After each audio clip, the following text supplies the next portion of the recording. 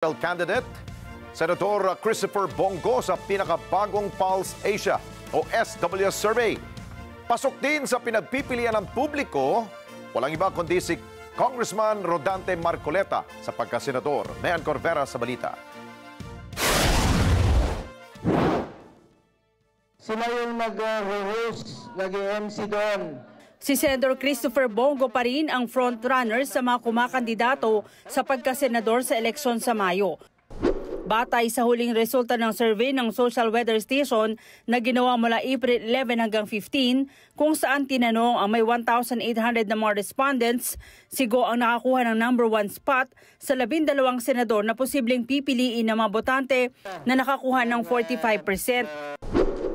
Nasa #2 spot naman si ACT-CIS Representative Erwin Tulfo na may 43% na sinundan ni Senador Lito Lapid na nakakuha ng 34% mula sa mga respondents.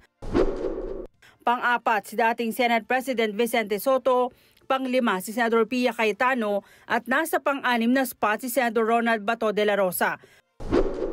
Pasok rin sa Magic 12 si Senador Ramon Bong Revilla Jr. habang bumaba sa ika-8 pwesto mula sa dating 3rd rank ang broadcaster na si Ben Tulfo. Nasa ika-9 na pwesto si Makati Mayor Abby Binay, sinundan ni Las Piñas Representative Camille Villar, pang-11 si dating Senador Ping Lacson at nasa huli si dating Senador Manny Pacquiao. Umangat naman sa #13 spot si Senador Amy Marcos mula sa dating 16 kung saan halos tie sila ng TV host na si Willie Revillame. Pasok rin sa pinagpipilian ng publiko si Sagip Party List Representative Rodante Marcoleta. Si Go nagpasalamat naman sa suporta ng mga kababayan.